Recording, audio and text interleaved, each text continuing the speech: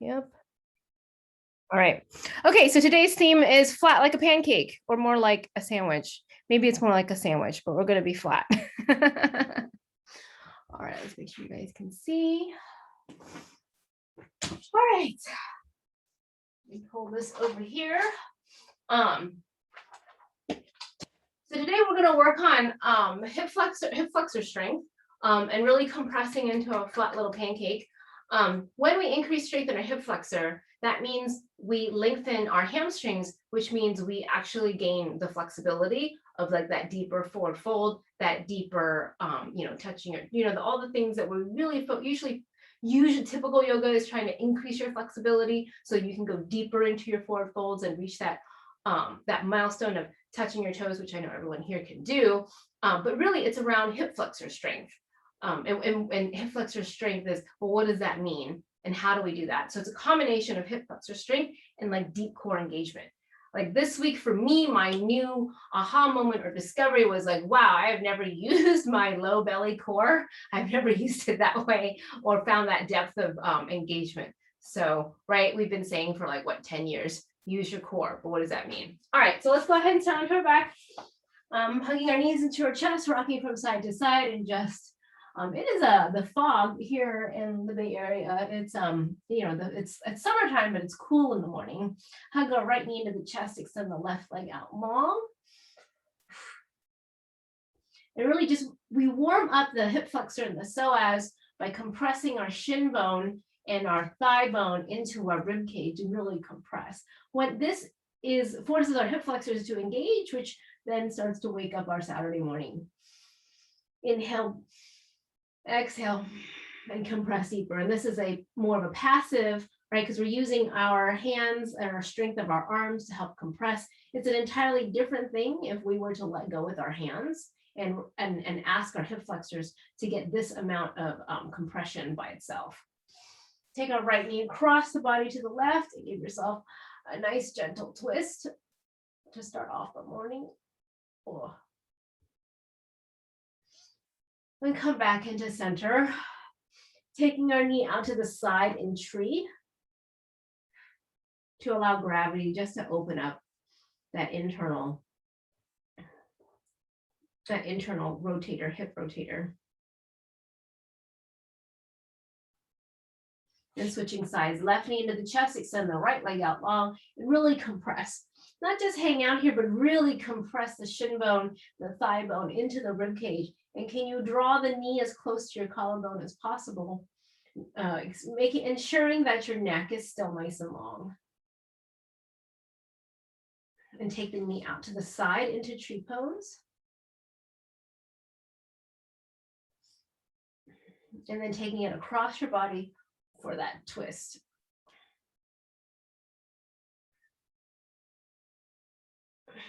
All right, coming back into center. We haven't done. So taking our feet together, knees apart. We'll stir the knees again to warm up the hip socket this morning. Oh. And changing directions.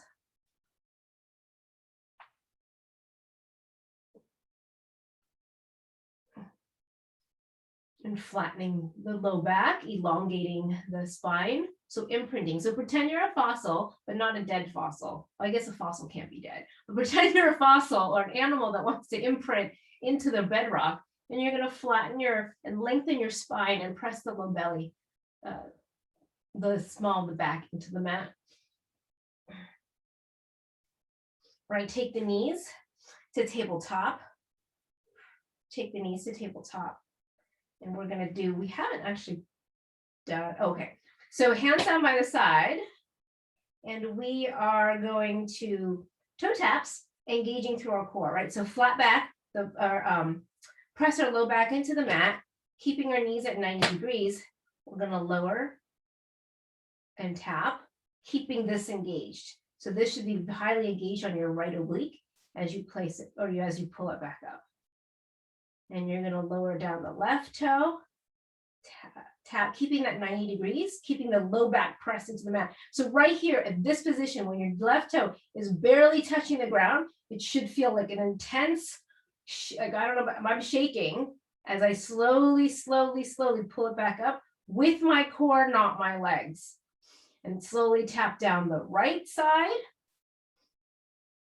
and hold. Now lift the toe an inch off the ground and just hold here.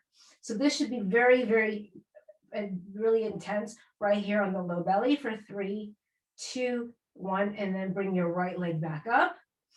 We're gonna inhale, exhale, press the low belly into the mat, and then lower the foot down, hold to toe, lift it up an inch off the mat and hold here for about 4.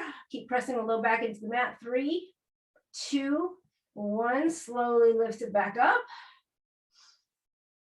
Right side, press the low back into the mat, fully engage through your core. Lower the right leg down, tap the ground, pull it back an inch off the mat, hold, keep pressing the low belly, like press the low back into the mat. 3, 2, 1, bring it back up. Other side, so make sure to engage. Low back presses into the mat, lower down. Lift an inch off, hold. 3, 2, 1, float it back up and release. So that should have been pretty intense for your core today. All right.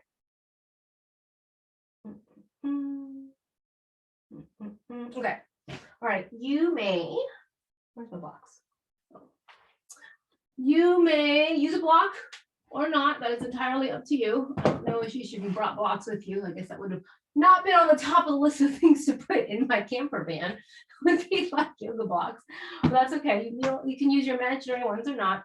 We are going to do tuck. So taking your arms overhead, you can either take the block in between your hands or not.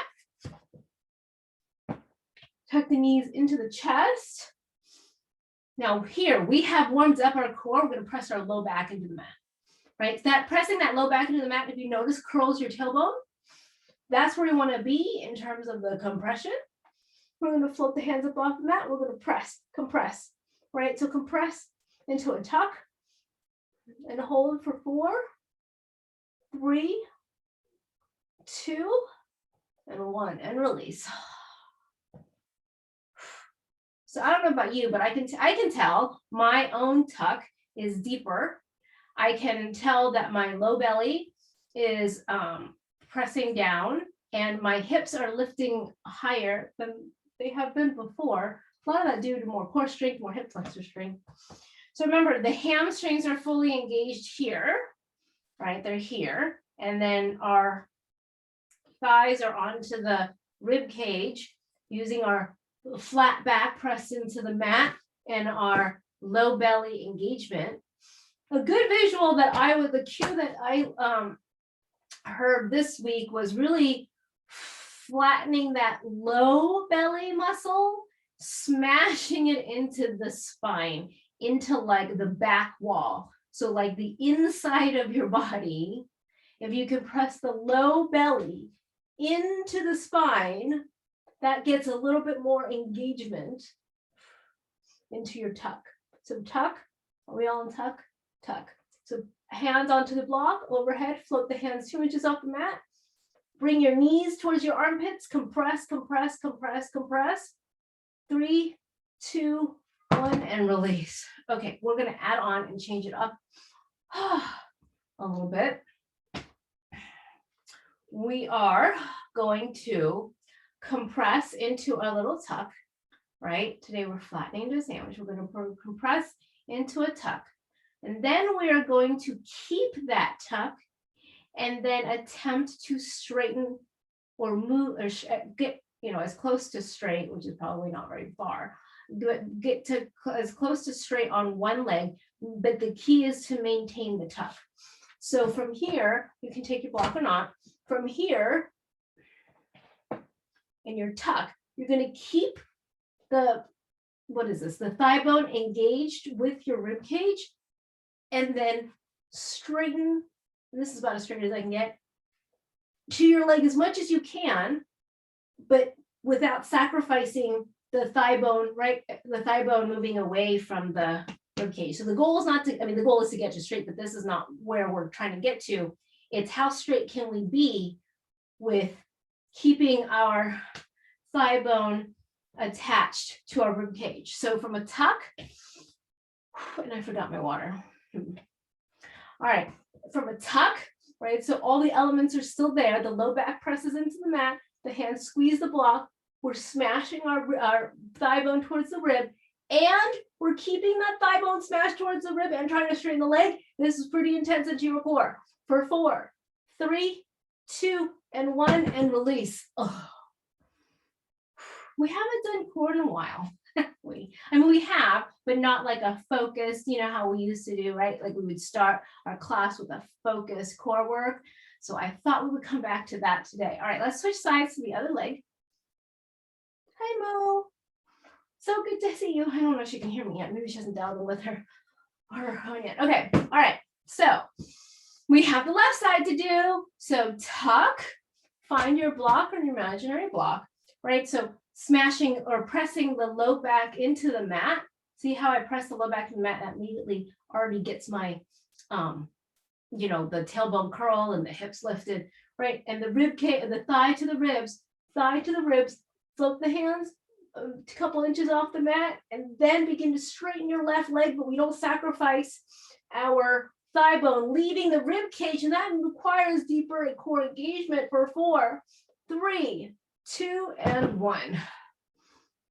Hold on, I gotta get the dog.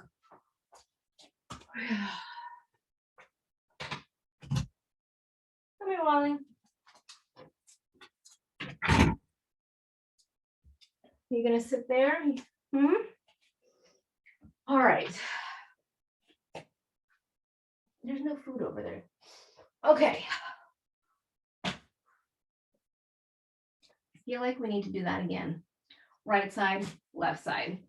I think you might have found some new muscle fibers in your core. So block is optional overhead. We're coming to a tuck. We're floating our hands and our hips off the mat. We're smashing our thigh bone onto our rib cage.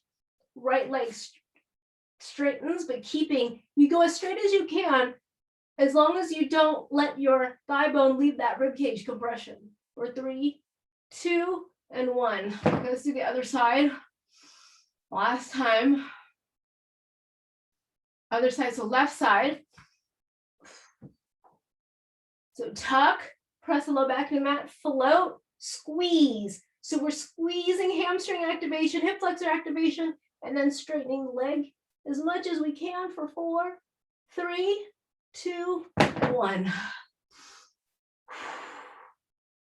All righty. So with that, your core should be super activated, and we will now come into a version of plow pose. Your core is has been stimulated. Let me get my hair out. Okay. So now, if you take your hands overhead, some days I can do this and some days I can't. So hands overhead, you're going to use your belly muscle. Maybe you'll need a little momentum to help you. And you're going to bring your legs. Oh, see, some days I need momentum. Some days are just not. Some days are not. But if you can bring plow pose, if you can get to plow pose, maybe you have your hands over your head. Maybe you don't. Nice, Anjali. Yeah, some mornings I can get, some days I can get it right away. Some days it just takes a little thought.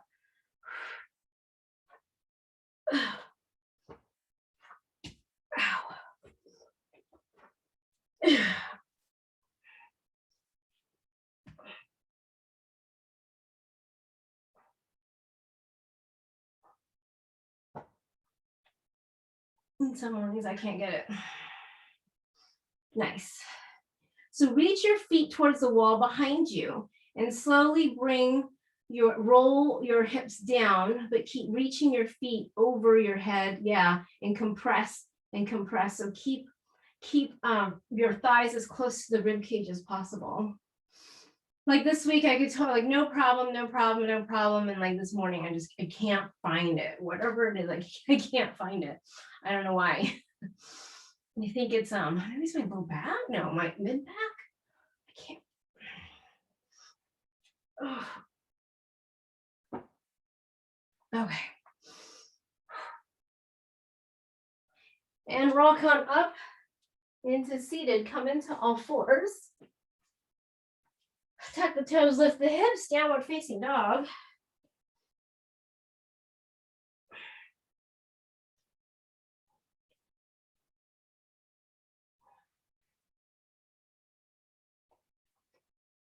Inhaling, right leg comes up towards the sky. Swing it way forward, runner's lunge. Back foot to the top of the mat, forward fold. Inhaling, all the way back up, floating arms up towards the sky. Then close the pose, inhale. Exhale, swan dive forward.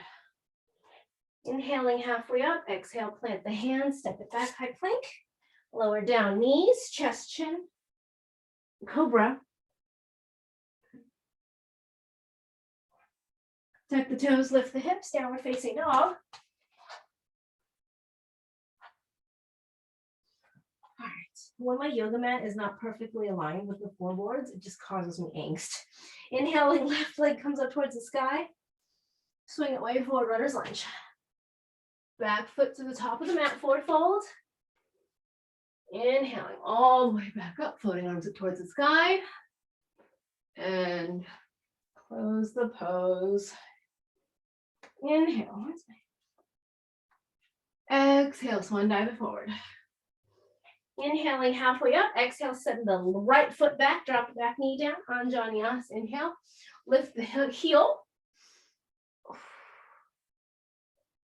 And we did a lot of compression, right, of our hip flexor. Now it's like we're asking it to stretch. And it's probably going like, what are you asking me to do? Windmill the hands down, step it back, high plank. High plank, pressing into the heel of the hand. Shoulder blades drawing down our back, right, with our low trap muscles, so our mid back. And then lower down knees, chest, chin, cobra. Tuck the toes, press it back, downward facing dog, inhaling. Right leg comes up towards the sky. Swing it way forward, runner's lunge, drop the back knee down. Inhale, forward, up and back, lift the right heel. So posterior pelvic tilt helps us go deeper back. Windmill the hands down, pop the back foot to the top of the mat. Forward fold. Inhaling all the way back up, floating arms up towards the sky. And close the pose. Inhale. Exhale, swan dive forward. Inhaling halfway up. So in your halfway up, can you do an anterior pelvic tilt? Anterior pelvic tilt here gets us deeper, right? Gets us more compression in the hip flexors, more opening in the hamstrings. So anterior pelvic tilt in your halfway up. Exhale, fold deeper. Step the left foot back, drop the back knee down, inhale. Forward, up, back. Posterior pelvic tilt helps us with our back bend. Lift the right heel. Windmill the hands down. Step it back, high plank, press into the heel of the hands. Glue the shoulder blades down our back. Squeezing our tennis balls underneath the armpits. Slowly lower down. Chaturanga, inhaling up dog. Exhale. Can you use your hips and posterior pelvic tilt? And then anterior pelvic tilt your way into down dog. Can you find your anterior pelvic tilt here in down dog?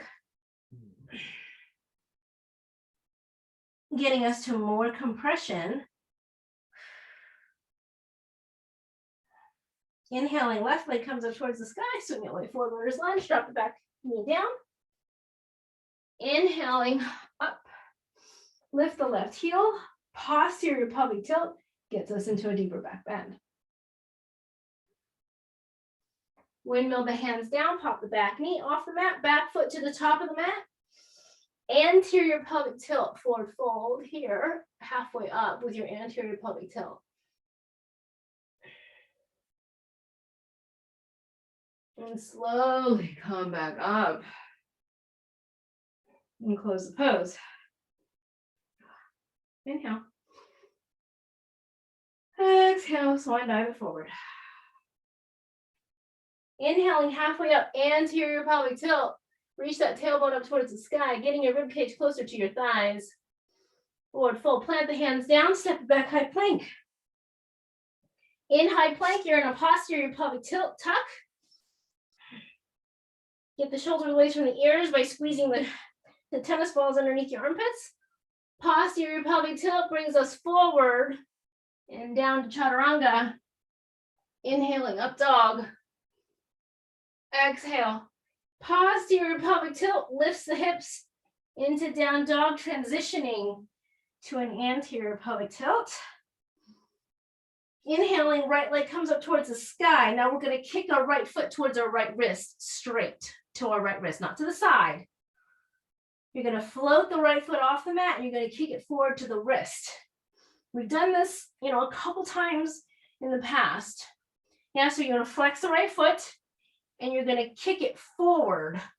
It's going to hover up over the mat. You're going to kick it forward to the right wrist. It's not going to come that far.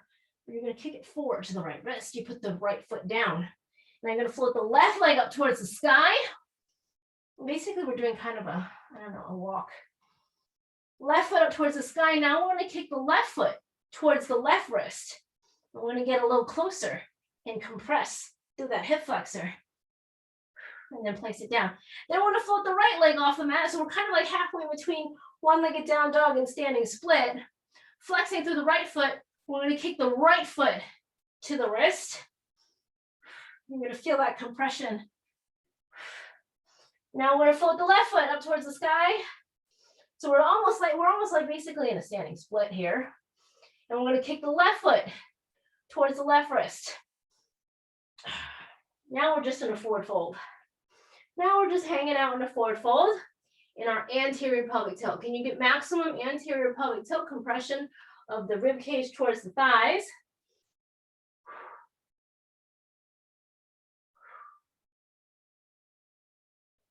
We're just going to add on, if you have your strap, you can take your strap, put it around your arms. We're going to do bent arm, short dog. Yeah, so your strap is about shoulder, you want shoulder width distance apart. You're going to walk your hands to like a baby dog, right? So it's like somewhere, right? It's not quite as long as a regular down dog. Have your strap. If you don't have a strap, that's okay. It's just going to be a little harder. We're going to bend our elbows like in crow. I want to come forward like in a down dog push-up, short down dog push-up. The goal is to get weight off of our feet. The goal is to really float the feet off the ground, but give it a couple years. So from here, we're in a short dog. One more time, we're going to bend the elbow. So if you want to use a marker, like your block for your head to aim towards. So maybe you start on the tall side of the block, right? Maybe you start on the tall side of the block. And we're in a short dog here. And we bend the elbows not out like chicken wings, but back like crow. Remember, serratus anterior, press into the heel of the hand. I think the goal is to make sure you're pressing into the heel of the hand. So maybe you start on the tall side of the block where your head is aiming for the tall side of the block. We're not putting our weight on it. So as you progress, maybe you lower down the setting to the medium side of the block, and that's where you are.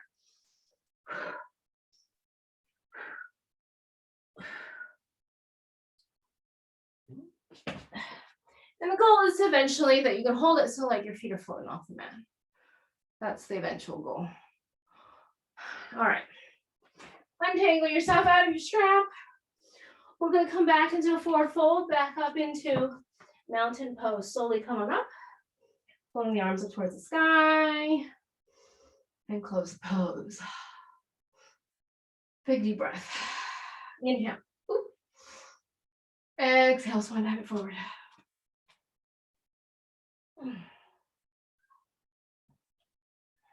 Inhaling halfway up. Exhale, plant the hands, come into a high plank. Posterior pelvic tilt, pressing into the heel of the hands. Lower down chaturanga. Inhaling up dog. Exhale, tuck the toes, press it back. Downward facing dog in your most anterior pelvic tilt as you can. Inhale, left leg comes up towards the sky. We're gonna do our kick walk. I don't know, there's a name for it. Flexing through the left foot, kick towards the left wrist. So you're really compressing and pulling. You're using your low belly to pull the femur bone into the hip socket so you float the foot off the mat. And you're using your hip flexor to compress, to kick the foot as far forward as possible. Place it down. Right leg comes up towards the sky. Flexing through the right foot, kick and float. Kick and float, kick and float, kick and float. So the more you pull your right hip bone into the hip socket, the deeper you get. Left foot goes up towards the sky, so you're almost in a standing split. Kick the foot into the wrist.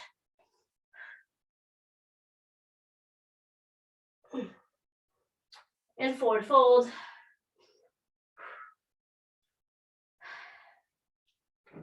Come back to our strap. If you have it, into our bent arm push-up. Our short dog bent arm push-up. The strap helps make it a little bit easier as a training wheel. Oh, Kiki's bike finally came. I finally got her a Loom bike. It was only like a 6-month waiting list. Okay. So press into the heel of the hand, squeeze the tennis balls, external rotation of the arm bone. And do 3 presses. Do 3 presses. Shorten that a little bit. 3 presses. I think I remember last week's class being hard. I don't quite remember. I kind of block it out. All right, bend the elbows, press. Remember, you're trying to go forward, right? You're trying to like, and you also want to compress. So you want to keep that compression, keep kicking the feet into the hips. All right, and release. Oh, and release. Release, release. Yes, Wally, do you want to go outside now and play with everybody? Come on. Come on, Noe. Oh. All right, I feel like a natural place for me to sit our bottom down.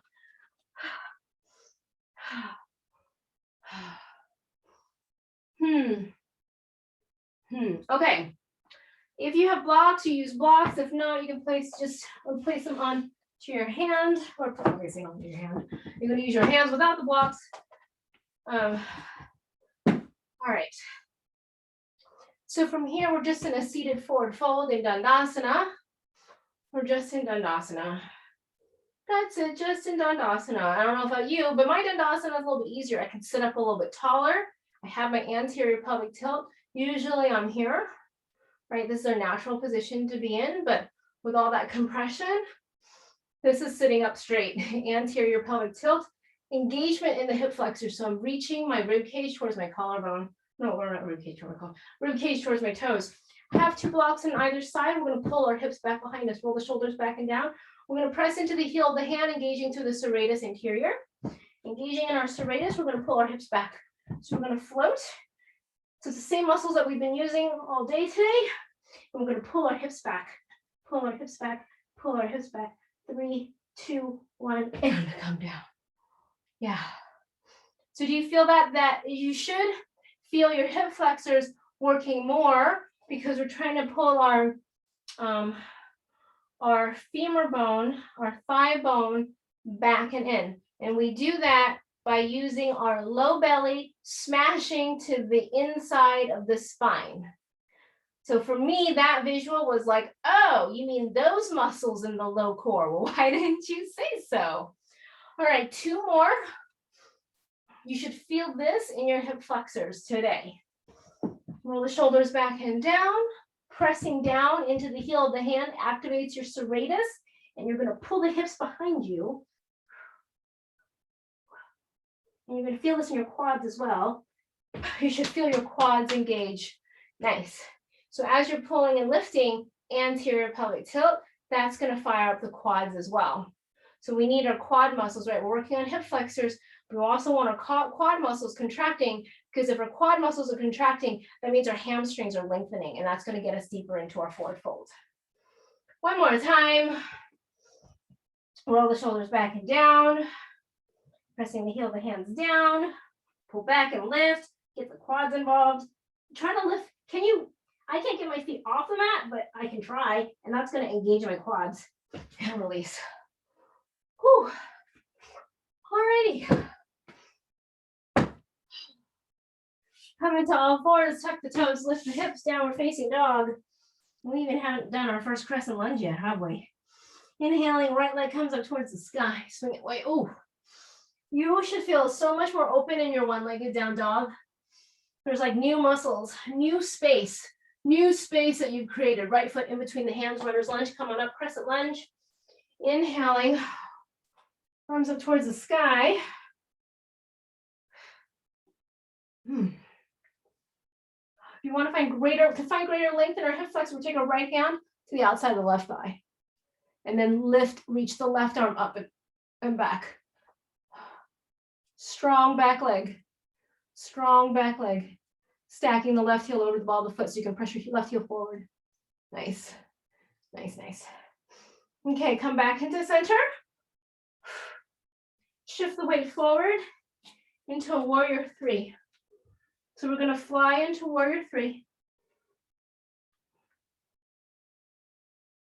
Okay, fly into warrior three.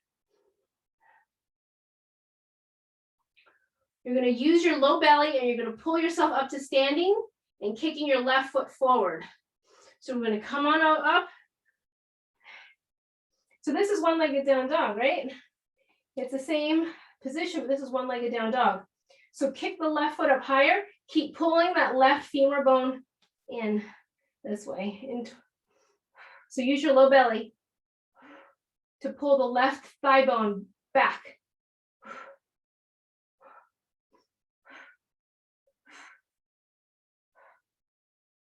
And can you forward fold and hold on to the foot and kick the foot out in front of you. Anterior pelvic tilt. Anterior pelvic tilt. Anterior pelvic tilt. Anterior pelvic tilt. And release, stacking the left ankle over the right knee into a figure four forward fold.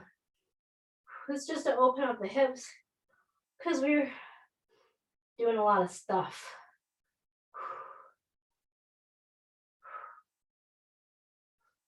And then send the left foot back, come into a runner's lunge. Plant the hands down, step it back, high plank.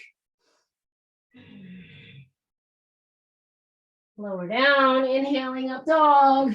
Exhale, tuck the toes, press it back, downward facing dog. And 5 breaths here in your down dog. To recenter yourself, to reset your muscles. Bringing that awareness into the space.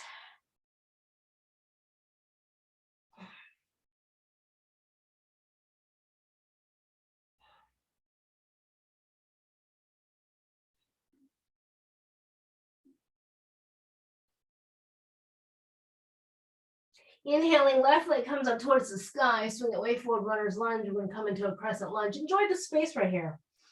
Left foot in between the hands. Come on up.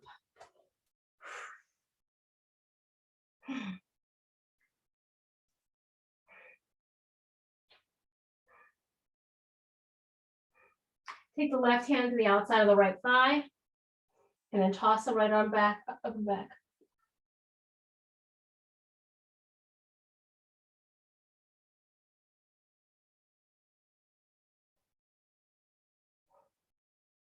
Come fly into warrior three. Can you find that anterior pelvic tilt in your warrior three? Right, because this is kind of one side is an anterior, one side is in posterior.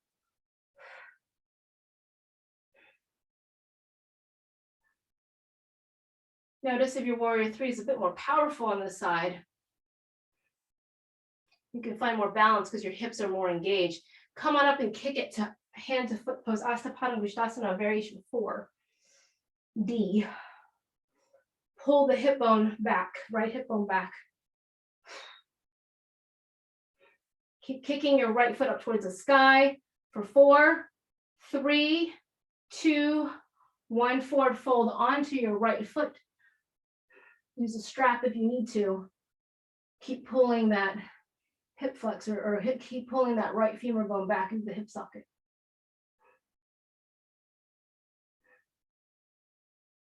And release. Come on to high plank. Pressing into the heel of the hands. Lower down chaturanga, inhaling up dog. Exhale, tuck the toes, press it back, downward facing dog. And lower the knees and sit it back, child's pose.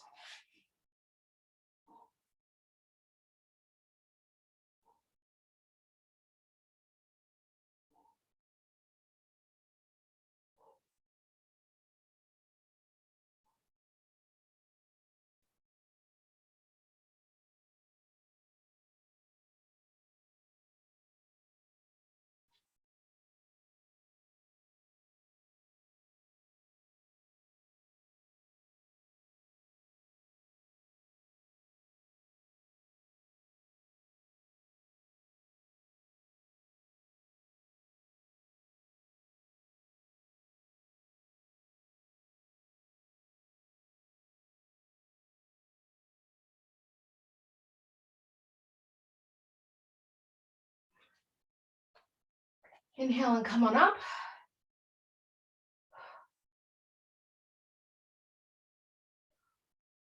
I was in mid-thought, now I forgot what I know what we're gonna do.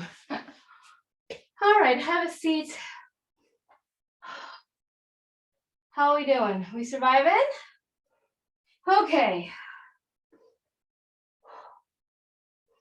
All right. So, in Dandasana, I don't know about you, my Dandasana, I'm getting deeper into my Dandasana, or it's easier for, right, my default is here, but now my default is a little bit more here, right, from today, from all the work on our hip flexors. And we're going to continue that work on our hip flexors by floating the right foot off the mat, right? So we're going to have legs straight, we're going to be in Dandasana, anterior pelvic tilt, and float the right foot off the mat. You can feel it in your quad. Yeah? We won't do 2 legs. We won't do 2 legs today. Right foot off the mat for 5, my quad shaken. 4, anterior pelvic tilt. 3, 2, and 1. Whew.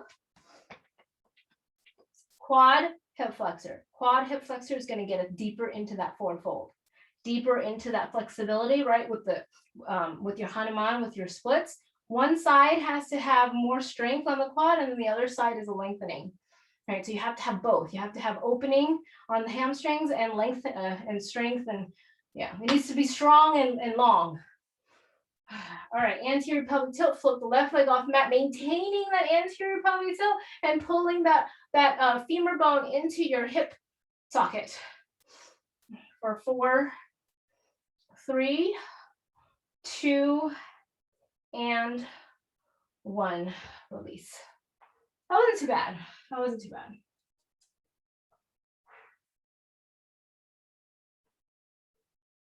All right. It's a little different when you're in V. So if you take V, if you take it into a straddle,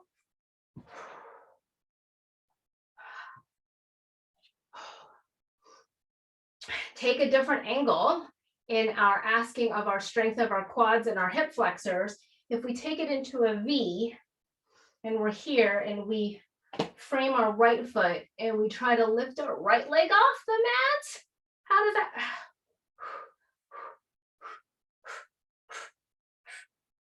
And release. That takes a different angle. It takes it moves where the strength is required. Yeah, so we'll start with the left, we'll go back to the right, we'll do the left again. So if we frame our left leg, flexing through both feet, that anterior pelvic tilt, sitting up nice and tall, and then attempt to lift without sacrificing our anterior tilt, can we lift or float our left leg? My leg isn't coming off the ground very much, but I'm working, my quad is shaking for 3, 2, and 1. Like a millimeter off the ground, I already feel like the difference between my hip flexor being engaged or not. So it's not necessarily about how far you can lift your leg off the ground, because I can be here and lift it off the ground, but that's not really going to engage the hip flexors to try to pull it up off the ground. So framing our right leg again, flexing really hard through our right toes. I'm going to keeping that anterior pelvic tilt, lift the right leg. My leg is still touching the ground, but it's super active right now because I've got that anterior pelvic tilt, whew, and down. So maintaining that anterior pelvic tilt and engaging through the quads and the hip flexors. Now, I don't know if you have anything that's semblance of a wall for us to do L stand. Maybe you can use each other as a wall, but we will try, we will attempt. And if not, I've got some other things for you if you don't have a wall. All right, left side, and then we can move on. So left side, framing the left leg, anterior pelvic tilt, sitting up nice and tall, and then lifting the leg, anterior pelvic tilt, anterior pelvic tilt, anterior pelvic tilt. Oh, and release. Whew, butterfly. Flap it out, and we're gonna fly.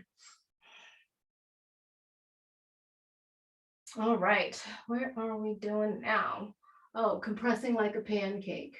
Okay. All right, let's come. Yeah, we'll end with, okay. All right, let's go ahead, come back onto all fours, tuck the toes, lift the hips, downward facing dog. Inhaling, right leg comes up towards the sky. Feel how your one-legged down dog may feel a little different with more space that's created, right? Because you're deeper into the left leg. You're getting a deeper anterior pelvic tilt on your left leg, which allows you to get deeper into the down dog, right foot in between the hands, runner's lunge, and come into side angle. Just in a side angle, simple, basic foundational side angle.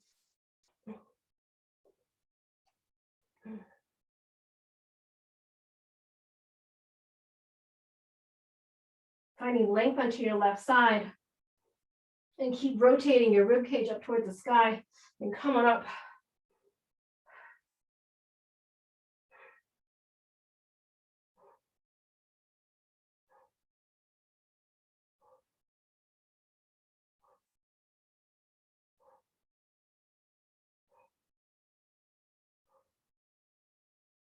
Into reverse warrior. String both legs, turn the toes in, heels out, I'll turn and face you. Toes in, heels out, wide-legged forward fold. And here's a perfect opportunity for that compression, flattening into a sandwich. Flattening into a sandwich. So walk the hands in between your legs, and can you get yourself as flat and compressed as possible? Meaning, can you bring your rib cage as close to your thighs as possible? And you do that with the hip flexors and compressing from the hip flexors and keeping your hips as close to your shoulders as possible.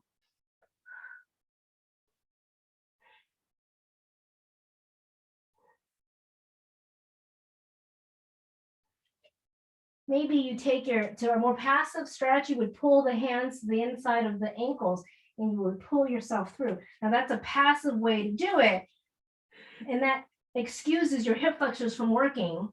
But if you release and just kind of reach your hands in between your legs and you try to reach and use your hip flexors to compress, compress, compress.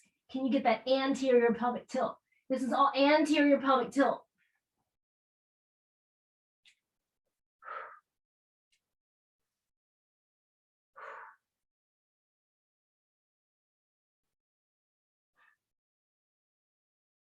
Now from here,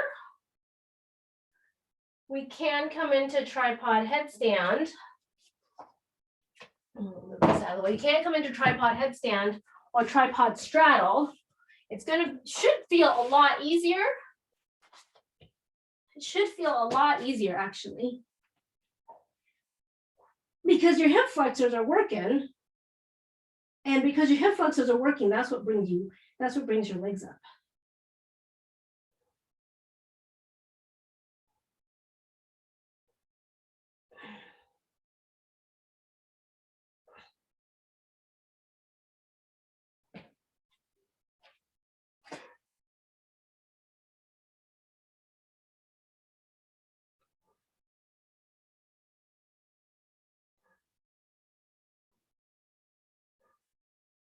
So if tripod headstand is pretty easy for you, then you can see how controlled you can be in lowering down your legs.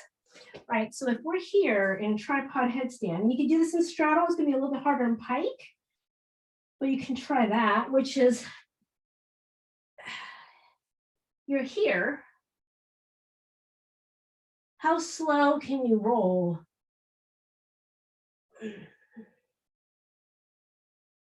Where you're just hovering your feet.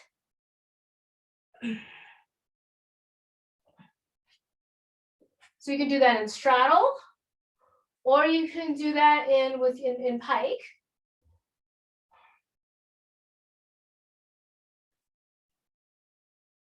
And so tripod headstand is like that kind of middle step before we go into like not on our head, which would be on like just a pike handstand. Right, so like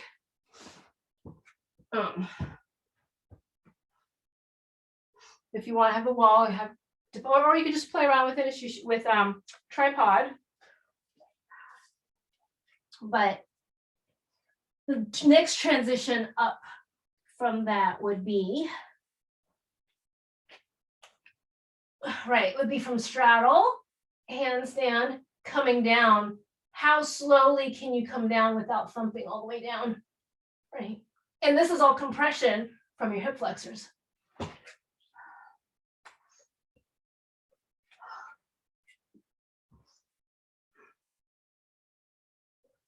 Yeah, so from tripod. Now, can you like lower your legs down 1 millimeter at a time? And that's a lot of anterior pelvic tilt, right? And then I think it's anterior, no. Yeah, maybe, but like a lot of, yeah, there you go.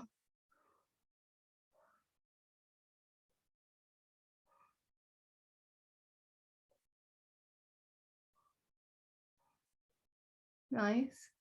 And then eccentric contraction down. How controlled can you be? Squeezing the elbows together. Can you make it to pike and holds? Can you make it a degree or more compressed, more compression in the hip flexors? And how slow can you go? And can you just hover that millimeter off? Nice, nice. And that's your sandwich compression. There you go. That's your sandwich compression. Elbows together, Uday. Squeeze your elbows together. Yes. Straddle or pike. Straddle is going to be easier. So how slow can you go to lower down? Squeeze your elbows together. Yes. Now keep compressing from your hip flexors. So all those muscles that we were using today, that's compressing us into a sandwich. Nice. Charlie looked really good, looked really controlled. Okay, I'll give you a few moments to just play with that, and then right to the other side.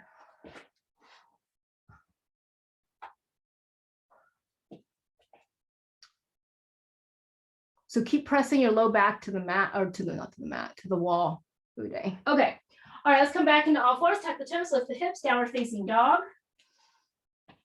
I don't know about you, but my foot now, my feet, when I lift it, I just want to flex my foot and kick my foot to my wrist. And float the left leg up towards the sky, one-legged down dog. Left foot in between the hands, runner's lunge, come on up, a side angle. Side angle just to open up. So keep rolling your ribcage open. Reaching that right arm. So there should be a line of energy and length on the right side body.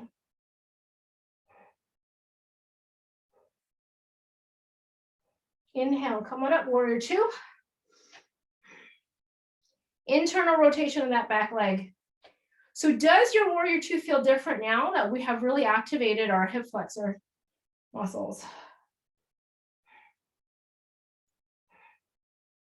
So warrior two, reverse warrior. So find like that hip flexor activation, and how does it feel different in all these poses now? Am I using it or am I lengthening it? Am I using my hip flexors or am I lengthening it?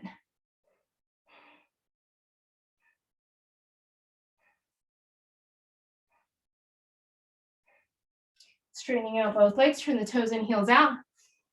Wide-legged forward fold.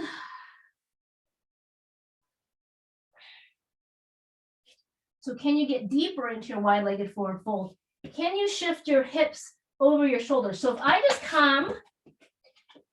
just come forward like this, I'm not decreasing the distance between my hips and my shoulders, right? I'm just saying everything's just moving forward. So the delta between the two is the same or more. What I want to do is I want to get the delta between my shoulders and my shoulders and my hips to be closer to compression, because the closer that they are, that means moving my hips over my shoulders is going to be easier to stack it up into whatever upside down position you want to be in, right? So the more I am able to compress and bring my shoulders or my hips to my shoulders, then the easier it is going to be to come into balance, whenever that is. So you can try again the tripod headstand straddle or tripod headstand pike with a slow controlled lower.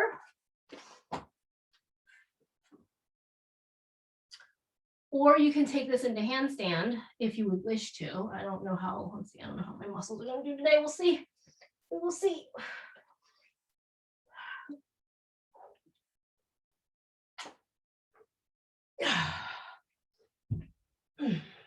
So I still need a little help with my bolster, a little bit of help with a little bit of gravity, but it's a pull. It's a hip pull.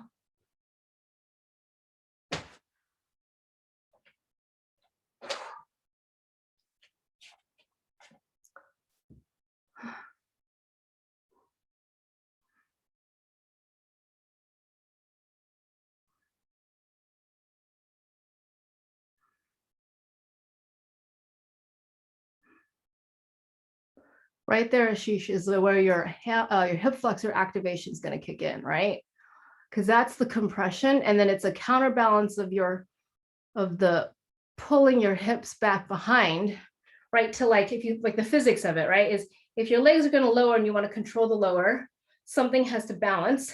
So it's your hips that are pulling this way, right? Your hips are pulling this way. That's that low belly, that pulling the femur bone into the hip socket, the low belly pulling this way as your legs lower, right? Because otherwise physics wise, you just fall, right? So if you're going to lower this way, which increases the weight on this side, something has to balance to pull you back that way. So I know for me, that visualization helps me kind of understand physics wise, like, how do I get this to work?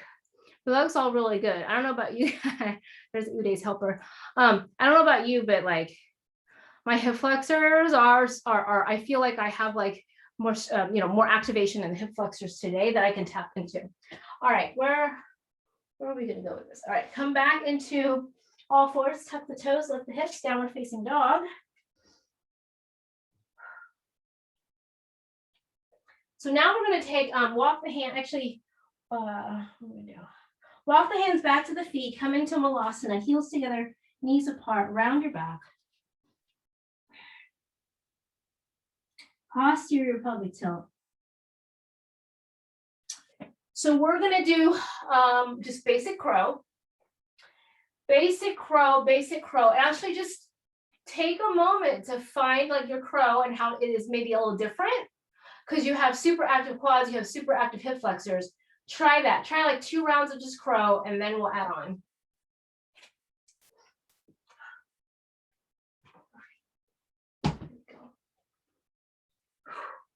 Now, I don't know about you, but my crow is tighter today, round into a ball, like a good way. Like like I'm much more compressed from the hip side, right? I can get my knee higher into my tricep.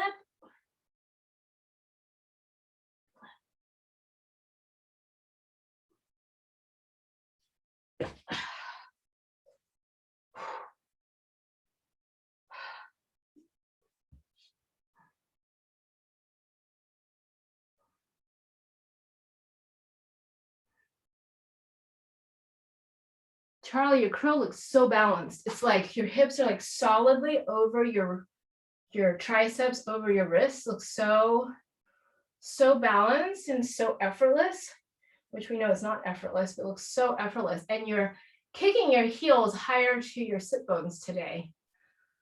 I don't know if you noticed that, but okay. So, couple of different options. In your crow, we will usually start in posterior pelvic tilt.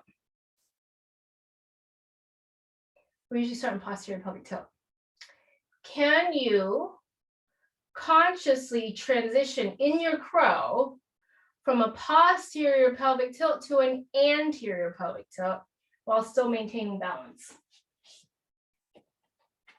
Right? So we're in crow, we're pretty much usually a posterior pelvic tilt engagement. Can we transition to an anterior pelvic tilt? That forces us to move our body weight forward.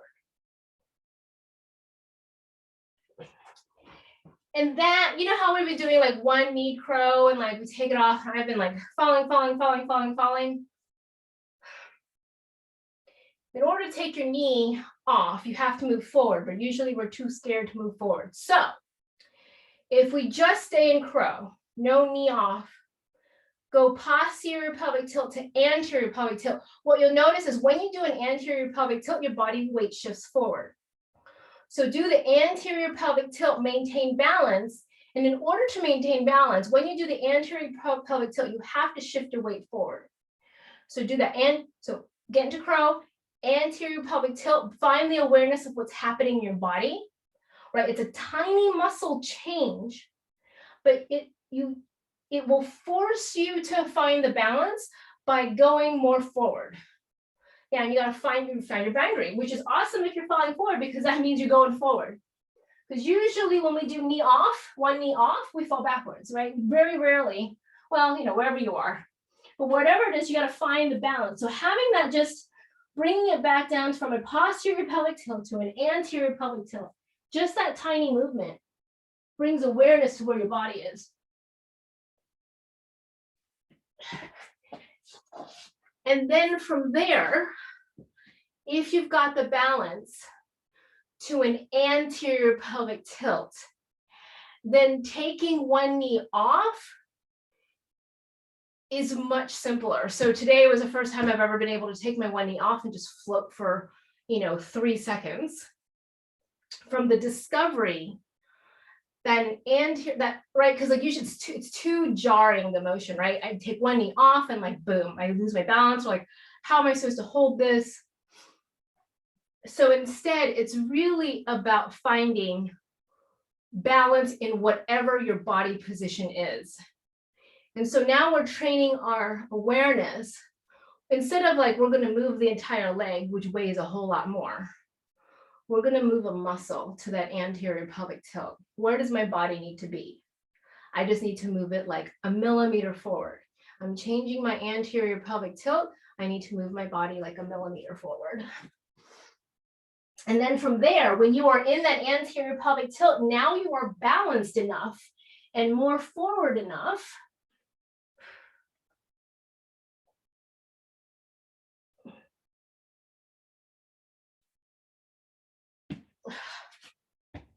you're more forward enough to actually have a shot at doing one knee crow.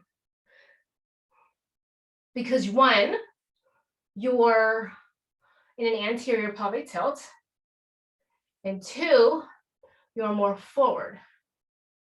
And so if one leg is knees in, one knee in, one knee off. So then the next step is then you take the knee that is on would be in a posterior or neutral pelvic tilt, and the knee that is off is in an anterior tilt, I think, when your leg is extended, I think. But basically you have more stuff on in your hips.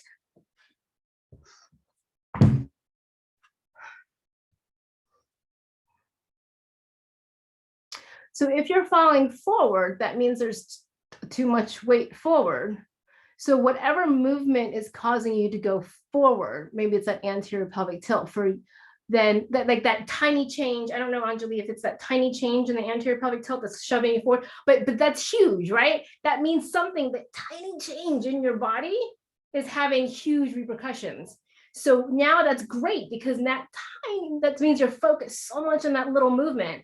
Focus on a little movement and then, okay, it's too much for you, go forward, right? So that means we have to recalibrate what center is. So for you, recalibrating that center is whatever that tiny muscle changes, then also move the parallel, 1 millimeter back to still maintain balance. But what we're talking about is really a matter of like millimeters, right? Because whatever change that's happening in here, that little tiny change is so small, but has such a huge implication to our balance.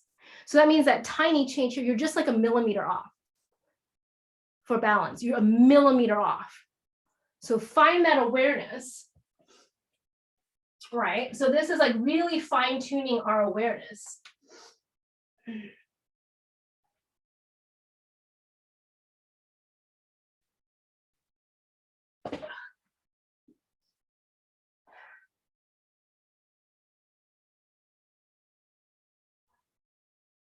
So it's just finding that scale, right? That like, you know how like in the old days when you go to the doctor and they weigh you, they have the little slidey thing, right? There's the big slidey weight thing that balances, and then there's a tiny slidey weight thing that's like just like a fraction of an ounce.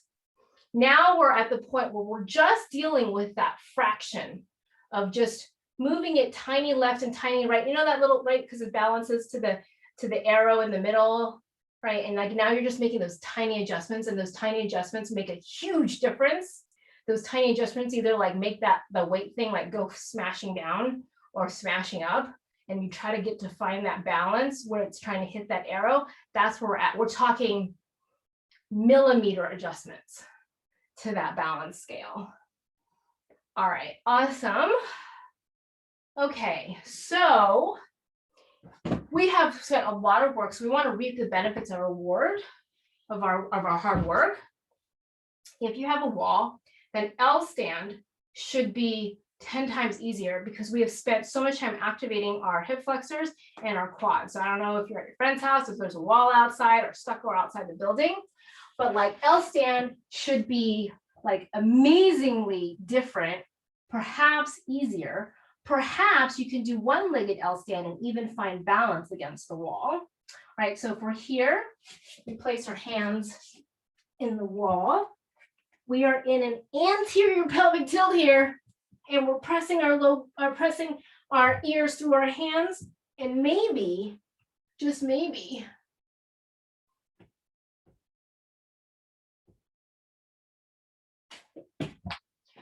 you can get a tiny hover, right, with one-legged L stand on the wall. Or maybe that's just too much, and maybe you're just going to do L stand, right?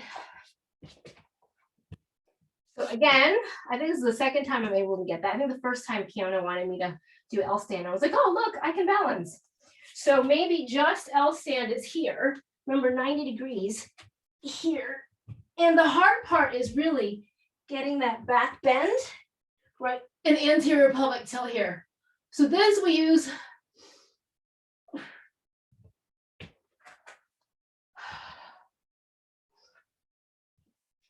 Or if you're just done being upside down, which you can be done being upside down, maybe we just hang out here and straddle and just come and straddle forward fold. All right.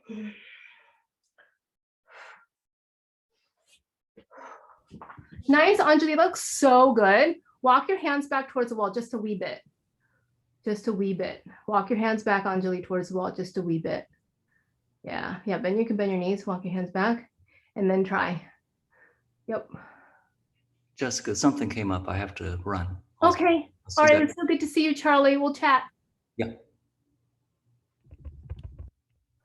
That looks really good, Anjali. Now, what happens if you take one leg up to the sky and you're still engaging through your hip flexors? And what happens if you point your toe that's touching the wall? And can you get a little bit of float? Look at that.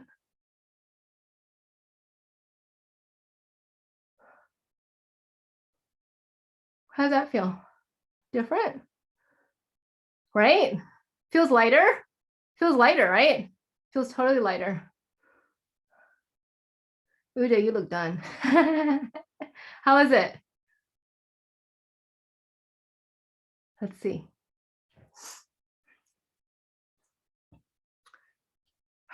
You should feel a lot in your shoulders because you're pushing forward, right? To get your, yeah. So can you take one leg off and can you point the toe that's touching the wall and briefly get some floating that's happening? A lot of it has to do with spacing too. If you have to be in the right like distance away from the wall to get it. For the longest time, it just didn't work. And then also for the longest time, I just didn't have enough shoulder strength to hold it. But that was good. All right, awesome. Okay. Oh, so you got rocks. Look back. So you got rocks. Improvise.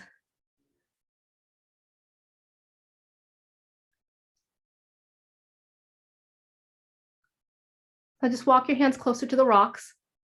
Walk your hands closer to the rocks so that your hips are stacked over your shoulders. Yeah, there you go. Nice.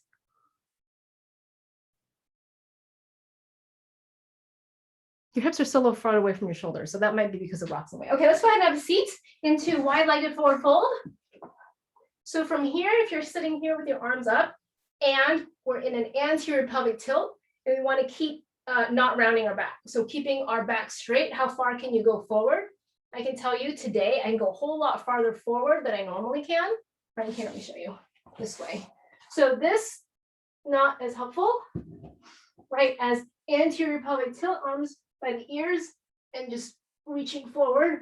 I can tell you today, way deeper on this than I normally am. Usually I'm stuck, halfway down this.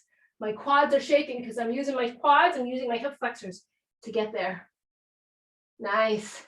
You guys look so good. And then release.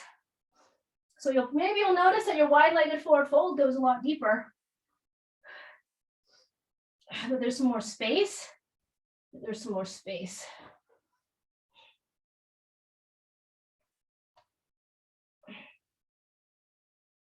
So maybe we take it to one side. So rib cage on the inside.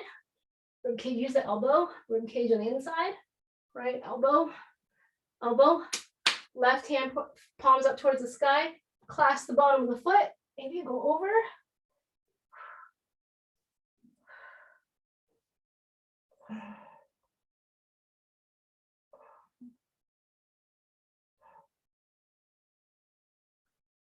And release. And if you notice, what did we work on today? We just worked on strength, pure strength of our hip flexors, and the flexibility comes from that strength work. So again, twist the rib cage in.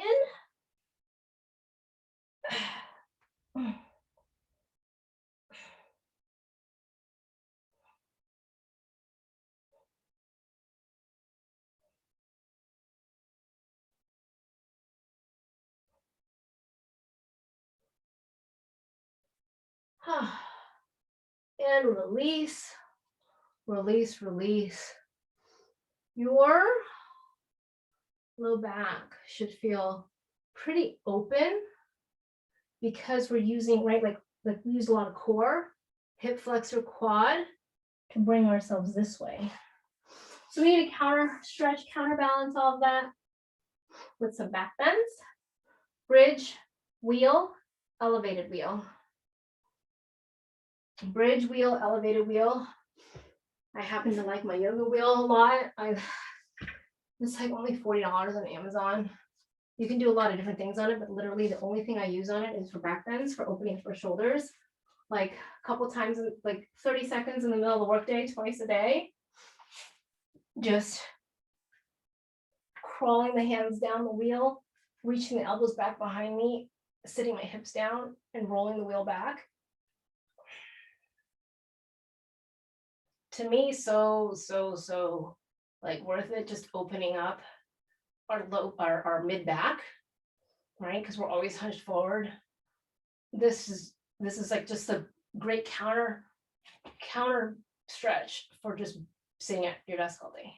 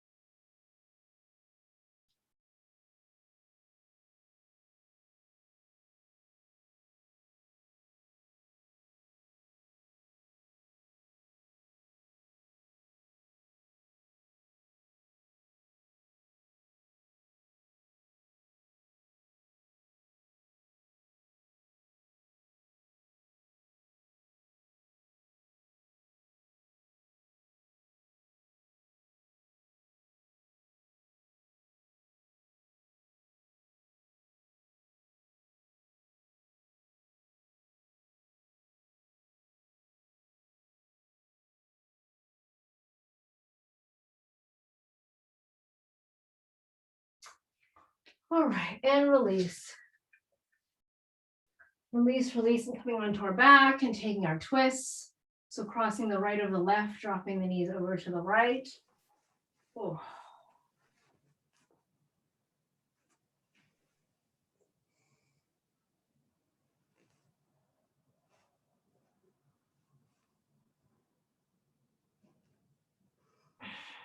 And then to the other side.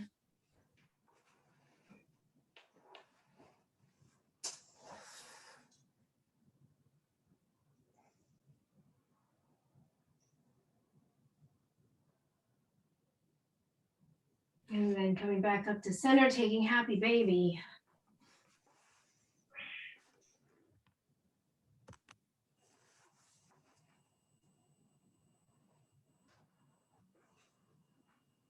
Imprinting your spine onto the mat. Noticing how much longer your spine, or how the ease of which you can lengthen your spine. And then taking your legs out long, tossing the arms overhead, giving yourself a nice big stretch.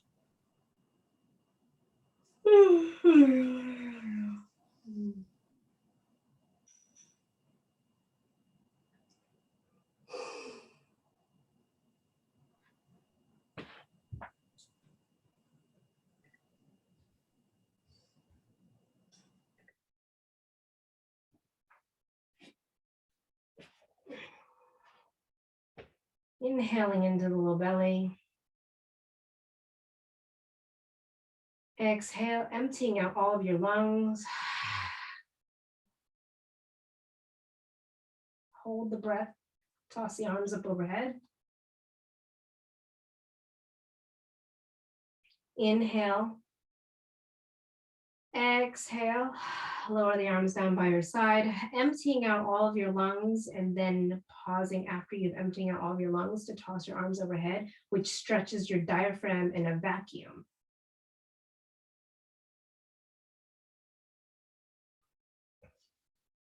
Inhaling at the top. Exhale, emptying out your lungs, pausing and then lowering your arms down. Pause, toss your arms up overhead. Then inhale. Lower your arms down, exhale.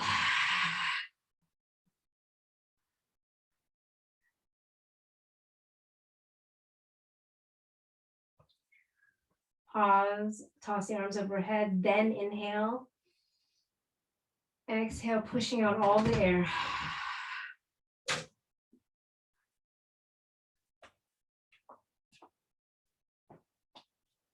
Rolling over to warrior one side.